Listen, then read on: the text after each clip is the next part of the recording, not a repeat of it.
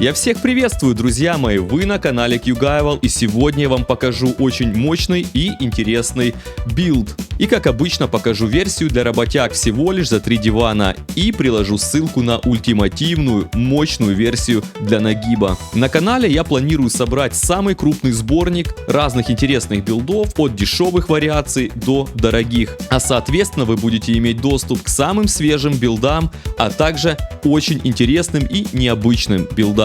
Ну и конечно же я стараюсь сделать качественный монтаж для того, чтобы вам это было интересно смотреть. Поэтому подписывайтесь на мой канал, он вам не раз пригодится, здесь будут крутейшие билды для вас.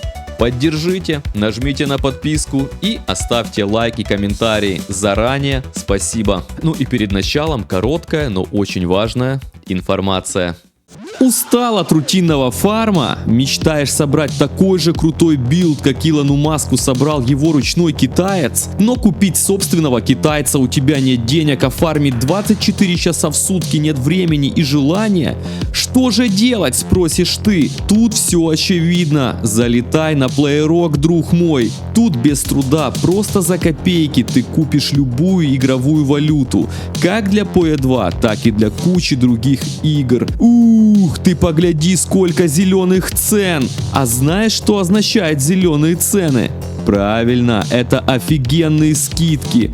Просто посмотри, сколько тут скидок. Не тормози, залетай на закуп. Стоп, дружище, так ты не из тех, кто тратит деньги на игрульки, ты тот предприимчивый тип, что рушит рынки валют одним взглядом? Тот, кто волк с Уолл-стрит и хочешь рубить бабло? Ну тогда тебе тоже на Playrock. Пока другие фармят игровую валютку, чтобы купить себе лапти с большими статами, ты можешь продавать валюту на Player'ке, ведь тут открытая торговая площадка, где ты можешь как круто и выгодно закупиться, так и выгодно продать свою валюту с самой низкой комиссией среди всех площадок на рынке. Playrock это быстро, выгодно, удобно, а главное надежно. Я уже сам не раз закупался на данной площадке и могу смело ее рекомендовать. Геймплей. Для зачистки контента нам в данном билде нужно всего лишь одна кнопка. На сей раз даже редких монстров и боссов мы валим одной кнопкой. Максимум мы можем накинуть дебаф, если есть проблемы с уроном. Основной атакующий навык это костяная клетка, но при этом урон мы будем наносить не только этим навыком, но и стеной льда, которая запускается с помощью сотворения чар при критическом ударе. Особенность стены льда в том, что она состоит из множества отдельных кристаллов, которые, взрываясь, наносят урон по площади.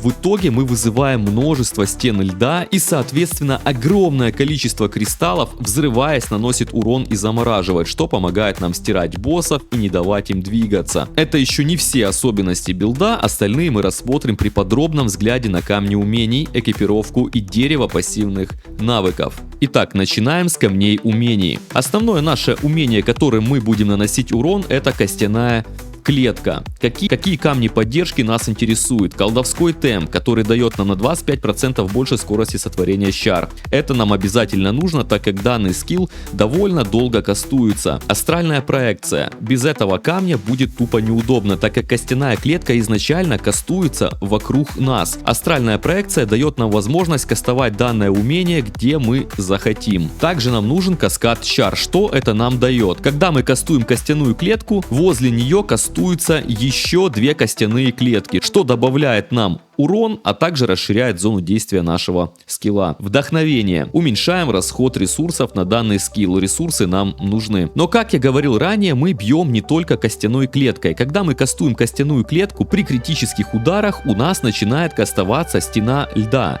Стена льда имеет множество кристаллов. Она состоит не из сплошного кристалла, а состоит из множества частей. Когда мы начинаем кастовать костяную клетку, появляется стена льда, потом мы кастуем дальше нашу костяную клетку, кнопку, она разрушает наши кристаллы, и они все начинают бурно взрываться. У нас происходит колоссальное количество взрывов очень быстро. Враги либо уничтожаются, либо замораживаются, а потом уничтожаются. Какие камни поддержки нам нужны? Жизнеотвод. Стоимость умений в мане берется из здоровья. Ману нам нужно беречь. Так как ледяная стена в мане стоит дорого, мы переведем расход в жизни. Ведь жизни мы будем очень быстро регенить, и мы к этому вопросу вернемся, почему так. Крепость. Мы делаем так, что наши кристаллы льда становятся не одной линией, а кругом, что добавляет нам удобство использования данной стены. Эхо магии. Усиленные чары повторяются еще раз. То есть мы за один прокаст вызываем сразу 2 стены льда, соответственно в 2 раза больше кристаллов будет взрываться. Сосулька. На 50% меньше здоровья ледяных кристаллов, созданных усиленными умениями. Что это нам дает?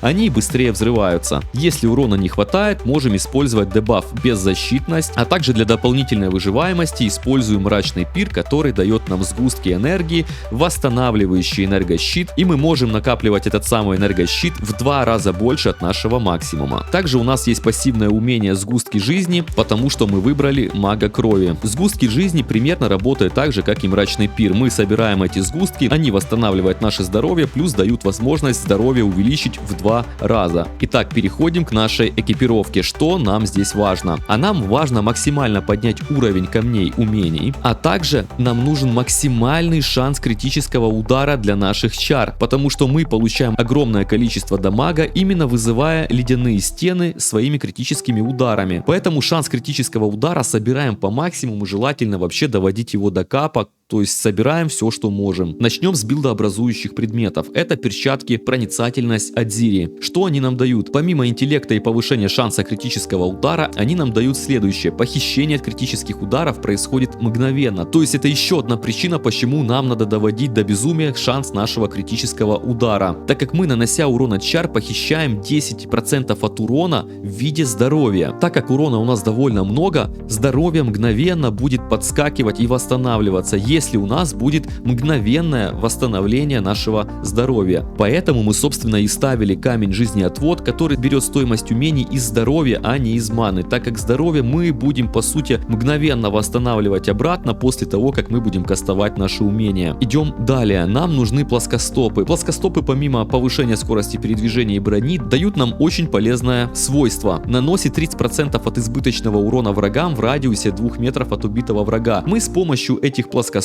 будем запускать цепную реакцию, что даст нам ощущать карты гораздо и гораздо быстрее и удобнее. Поэтому плоскостопы — это тоже билдообразующий предмет. В качестве ремня предлагаю использовать находчивость, который увеличивает бонус от надетых колец. Данный ремень уже не обязателен, но так как он стоит сейчас недорого, допустим, в моей вариации 56% усиления бонуса, что является довольно мало, но он зато очень дешевый. Если у вас есть деньги на более дорогой ремень, пожалуйста, приобретайте. По поводу колец. Что здесь нам надо? Желательно, чтобы вы повысили скорость сотворения чар. Это очень сильно повысит удобство и скорость прохождения карт. Добавление к максимуму здоровья будет приветствоваться, а также защита от разных стихий. Остальное по бюджету и вкусу. Идем далее. Амулет. Увеличение урона от чар приветствуется. Здесь нам главное взять к уровню всех камней умений. Желательно плюс 3. Если мы рассматриваем бюджетный вариант, то плюс 2 подойдет. Что касаемо палки. Увеличение урона от чар. Максимум, какой можете себе позволить, процент повышения шанса критического удара, плюс к уровню всех камней умений физических чар, желательно взять плюс 5, но опять-таки, если у вас бюджет не позволяет, то можно взять и плюс 4. Дополнительный урон от холода в виде процентов тоже приветствуется, так как боссам мы будем наносить урон еще помимо костяной клетки стеной льда. В шапке нам надо максимум энергощита, прибавление к защите от стихий, а также приветствуется к здоровью и к мане. Что касаемо фокусу, также плюс к камням умений, желательно урон от чар и повышение шанса критического удара. Остальное уже по вашим финансовым возможностям. У меня показан довольно бюджетный вариант. Также хочу обратить внимание, что нам нужен будет предмет с прибавкой к духу. Вы можете добавить недостающий дух либо с помощью амулета, либо с помощью куртки, либо с помощью и того, и того. В куртке опять-таки максимум энергощита, сопротивления, а далее уже по своему вкусу и потребностям. Главное, чтобы у вас хватало духа на сотворение чар при крит попадании, а также на мрачный мрачный пир. Это необходимый минимум.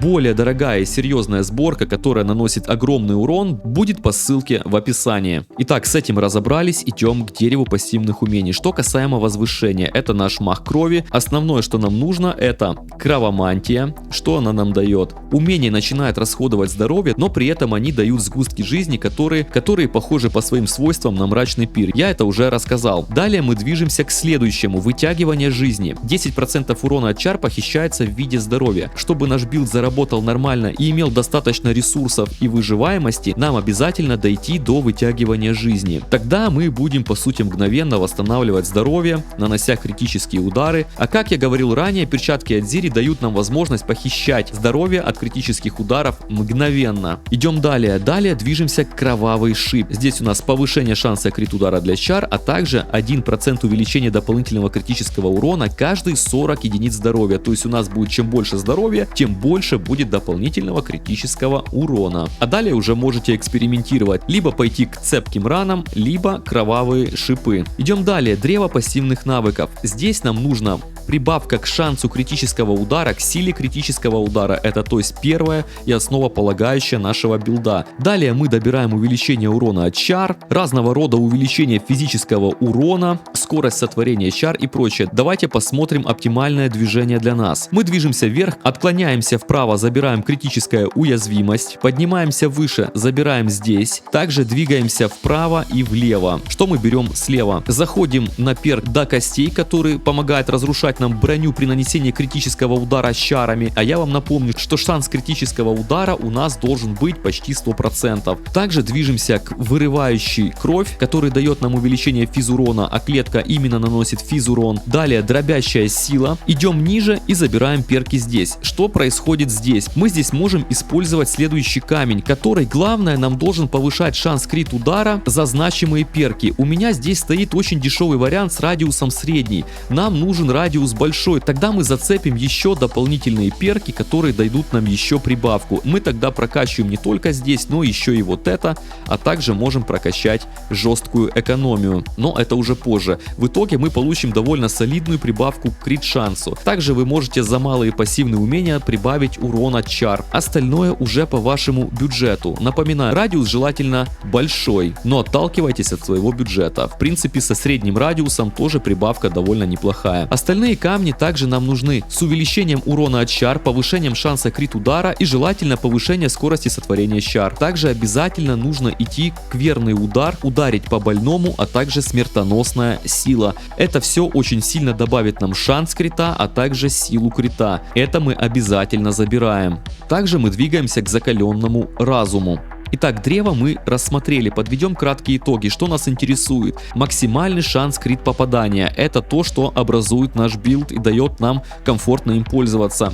Остальное это скорость сотворения чар, а также урон от чар или физ урон. Это нам все нужно. И напоследок по поводу костяной клетки. Я показал вам универсальный недорогой вариант без пятого сокета. Если у нас будет пятый сокет, мы можем делать следующее. Для зачистки карт мы можем добавить камень расширения, который увеличит область действия наших умений, но при этом для одиночной цели нам это не очень удобно, поэтому желательно будет его снимать на каких-то сильных боссах. При этом пятый сокет даст нам возможность добавить средоточение, которое наоборот сузит наш круг, но на боссах он добавит удобства и прибавит нам урон. Так что пятый сокет добавит нам вариативность. Мы можем его приспосабливать как для удобной и быстрой зачистки карт, также и для борьбы с более сильными боссами. Ну что, друзья мои, вот такой вот сегодня интересный у нас билдец. Еще раз попрошу поддержать канал подпиской, лайком, а также напишите в комментариях, согласны ли вы со мной, что данный билдец очень интересен. Буду очень благодарен вам за активность. И также залетайте в мой Discord, там вы найдете информацию о грядущем крутом розыгрыше. Всем спасибо за внимание, всем пока.